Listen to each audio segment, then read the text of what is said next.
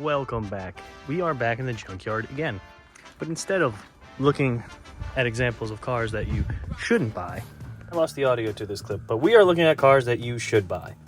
Now I know what you're thinking. You're probably like, Bobby, why are you in the junkyard showing us cars you should buy? They're in the junkyard for a reason. And yes, but different reasons. These cars that I'm about to show you have lived very long lives. They've either been into an accident or they've been severely abused as to where it just makes no sense to put money into them. But they're not here because of a common problem. These are good cars, and it's a good reason that they occupy the junkyard in such quantities. Now my good reason as to why they occupy the junkyard, and there's a lot of them here, is if you buy a used car and you're looking for one-off parts that you cannot find, oh boy, somebody should score these, man. Those are expensive tires. On second thought, well, never mind. But as I was saying, the reason why we're here looking at good cars is because if you get one-off parts that you can't find, they discontinued, but this car is reliable, you can get them at the junkyard. Seats, dash parts, stuff like that. So now we're gonna look at 5 of the best cars you can get that occupy the junkyard. But before we begin, check this out. This is an i8. I'm pretty sure this is an i8. That's a BMW, like, weird exhaust thing going on there. Look at that. Yeah, it's weird. Complete carbon fiber check. That's just so wild to see. Stepping on things that are snapping. Wow, it's crazy to see how these things have come to an end of life cycle. Check out these back seats. That is a back seat for an i8. It's just little padding, and you're sitting on, you know, that's wild. Look at this. Definitely, probably was into an accident or something. Tiny little motor. A 2-cylinder? 3-cylinder? 3-cylinder. Just cool. Yeah, this is not one of those reliable cars you should buy. But anyways, first up, what we have here is the Lincoln Town Car, Crown Victoria Grand Marquis, the Ford Panther platform. Now, a quick Google search can tell you all you need to know about these cars. These are bulletproof, body-on frame, rugged design, impeccable motor. The 4.6 that came in these, normally the Romeo engine, is the Ford modular 4.6. They share a lot with the Cobras and the Continentals. Very good motors, very different between the 4 valves, 3 valves, and 2 valves, but all share pretty much identical skeletons. And they made tons of these things. I think they stopped production in 2011, but as I stand here, I can look and see, look, there's another one right there. I think there's one over there. So they're plentiful because they've made so many and they've done so many jobs. Police cars, fire department vehicles, you name it. These things have survived it. These things, they drive like boats, and it smells terrible. It's probably a taxi, if you could see. Cloth front seats, vinyl back seats. That, or it was a P71. I think it's a P71, which is the cop vehicle. Yep, this is the P71. You can tell by the non-baffled intake tube right there. These things also came with an aluminum drive shaft, which I think has been taken out. I'm blind! Pretty good upgrade for the regular Crown Victorias. But I kind of stay when I had a P71, a 2001. It was beat to death. This has the cop light. Kind of stay away from them. They weren't treated very well. And of course, these are all digital, so you can't really see the mileage, but I've seen these things when it comes to taxi vehicles, and I worked in the dealership, come in 300, 400, 500,000 miles, and you wouldn't know it until you looked at that dash. These things are just rugged, reliable, plentiful too, and you can get them for like $2,000 for in decent condition. Parts are everywhere. There are Ford parts. They still make brand new parts for these things. And some people are still holding on. A lot of organizations, a lot of police organizations have at least 1 or 2 in there. They're dying out to the Tauruses and the Explorers, but man, these things are great. If you can find one and you can deal with the gas mileage, because they don't get good gas mileage, get yourself a Panther body. They'll last forever. Next up is going to be your GMT 800s, your Denalis, your Silverados, your Tahoes, Escalades. I mean, I'm just standing cornered by them all here. There's so many of them, and kind of for a sad reason. Well, I will say these cars are amazing. These are great. I'm lost. I don't even know if that's a GMT 100 anymore. Probably is. Let's stick to this Denali. Pretty much everything behind it, the powertrain wise, is great, except for the transmissions. If it is the 4L60E, they can be a problem. Now, some of you know, oh yeah, they strip these out. Another thing is too, the plastics are crappy, but that's just, pick any GM vehicle and find me one that isn't. But besides that, most of you know I have a 2004 Tahoe. Great vehicle. Has the 4L60E. I have towed with it. I have used it normally and I've taken care of it. I don't know if someone's changed it before. This thing almost has 200,000 miles, but it shifts great. From what I've heard, if you tow with the vehicle and you do not put it in tow mode, which is, they stole the shifter out of this, I can't even show. There's a little button on the shifter, you press it and it goes into tow mode. That will save the transmission from overheating when you're towing on highway speeds. And it tows very well with it on. But let's think about the pros, because I wouldn't be recommending it if this thing was a pile of crap. The pros, super, super comfortable ride. It drives, it handles, I wouldn't say like a car, but less floatier than like an F-250, you know? It's more controllable. These seats are super comfy. You could ride for hours and not feel fatigued. And let's get on to the real reason why these rock. The ultimate LS engine. Perfect for LS swaps too. If you want to just come to the yard and scrounge one out, people have done that, and you can definitely look. Not those engines, but you'll find the motor's just dropped out and the car is not touched. But these things, once again, quick Google search will tell you all you need to know about an LS engine. Now, powertrain wise, these came all different shapes and sizes.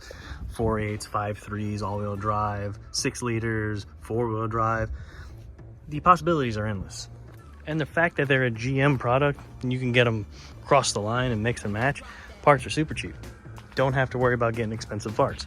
The one downfall to these things, other than the questionable transmission, is rust. I mean, take a look at this bad boy. It's terrible. It's missing the whole rider. And just look at that. It's like been sitting at the bottom of the ocean. This side's even worse. Look at the flake on that control arm. Yeah, I wouldn't trust that. But other than that, these are super awesome vehicles. If you can find one that shifts like butter and has red transmission fluid and hasn't seen an ounce of rust and salt, you'll love it. Next up, we're gonna pick a more economical approach, and that'll be the 97 to 2001 Toyota Camry. I mean, like, what it's else to say, it's a Toyota, it's just gonna last. But these cars were known to just hold on and keep on chugging, especially the models before that. But you'll definitely find more of these on the road. Sadly, the other ones have probably been junked. And I mean, just look at this one in the junkyard. I don't know if you can tell. It's not too dirty, but it has a shine to it. Like, it may have been repainted, but I mean, heck, this thing's in great shape. I'm gonna just check out the interior too. The quality on these cars, they just hold up so well. And I mean, like, the steering wheel's not even wrinkled. Someone took really, really good care of this car. It's a shame it's here. I wonder why, because I probably bet you the motor to this car is probably not blown or anything really. This 4 cylinders, they're absolute workhorses. These things get about 30 on the highway. They're so easy to work on. Everything is right here. The oil change is so easy, and they just last and last and last. And you do have a V6 option when it comes to these things, which provide a lot more power, but sacrifice on fuel economy. So 4 cylinder, nothing wrong with it. Damn, I didn't even notice the cargo space. It's insane. It's kind of sad to see this thing in here. Possibly one of the best built sedans of all time. You can't really lose them when you buy one of these things. And the fact that they're a Toyota, parts are super cheap. The good thing about all these cars that are sitting in the junkyard is they made so many of them that they've just gone through cycles of being bought, sold, and destroyed. And manufacturers are still making parts for these things. About every one car I've showed you, they still do. Next up, going into SUVs, the smaller segment is the Explorer. And oh yeah, this one met a terrible fate. Now let me find a different example, because that one was all torn up. But let me be clear, when I say Explorer Unicorn, when I say Explorer, I mean the 2nd generation, not the boxy 1st gen. Then the big story about the Exploder was the whole Firestone thing. Basically, a little quick backstory about that. Japanese companies were starting to make SUVs, competing with the Americans. They were making them lighter, and they were making them much, much smoother. So America, instead of redesigning their entire SUV lineup, decided, hey, let's just lower the pressure in the tires. Firestone knew this, advised against it. They did it anyway. The tires got overheated and started to explode.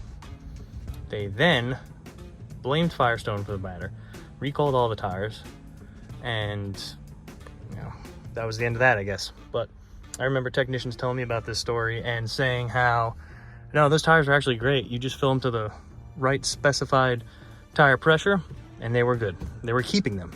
But yes, these second gen Explorers are really, really nice little vehicles. They're the older ones on this list, but this one came with the Eddie Bauer edition. Of course, the seat's a little rough, but you had thigh extenders and bolsters on the side. That's what these buttons do.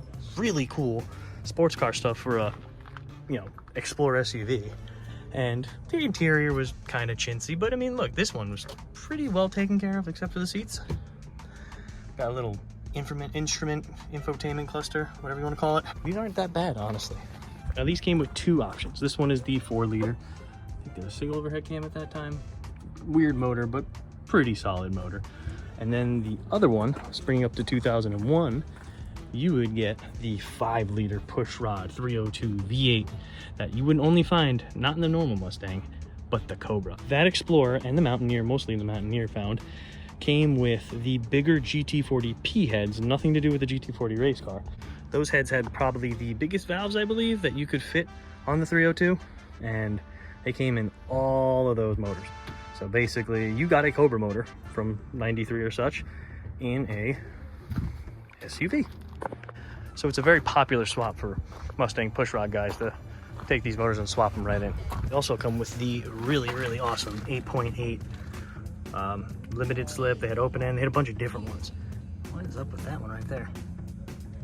That's interesting.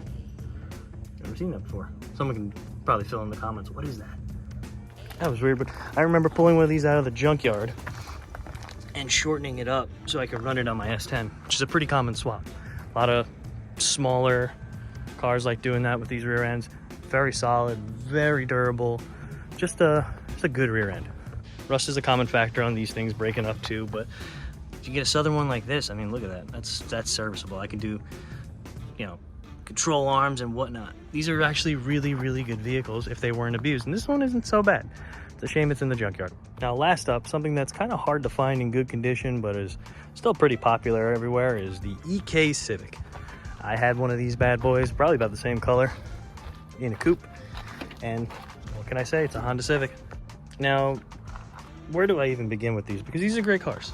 I have my EG, I think I like it more because of a little more durable quality, but EKs are way more modern, still have like soft touch dashes and whatnot. Wish I could show you an example, but the door cards are probably the chintziest door cards Honda's ever made.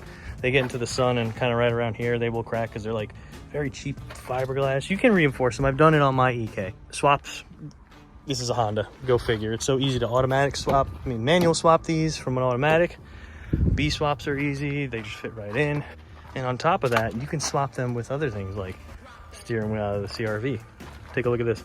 Right here we got a CRV, same generation, and it's the same steering wheel. This one has a texture on it though. This one's clearly messed up, but this will bolt right on. I had one on my EK, it looks great. This steering wheel, I just really don't want to touch it. What the hell's going on? But yes, you can do things like take out the gauge cluster. It will fit right into that Civic over there. Things are so interchangeable. People do the seats sometimes because they have like nice patterns and a headrest. OEM Plus, that's what it's called. And when these things hit the junkyard, they go pretty much lickety-split. People start taking bumpers and fenders. They grab distributors and valve covers, intakes, you name it. Even the automatics like this one. They're slim picking. So when they hit their yard, move fast. But they're great cars. So that is 5 of some of the best cars you can buy that have great junkyard support in terms of parts. My last video did so well, and someone suggested I should do this video, and I was like, you know what? Actually a great idea, because that's why people come to these places. They got good cars, they're a little bit older, they don't want to spend $1,000 on crazy parts they can come here and get for a fraction of the price. Great way of keeping your investment alive. If you guys want to see more videos like this, let me know. I got plenty of junkyards near me. Also, thanks for 1,000 subscribers. We annihilated that goal before my 1 year. I do have a 1,000 subscriber video coming up. It's going to be a good one. It's in the process. We're working on it. It's going to be a good one. Thank you guys so much for your support, and I'll see you later.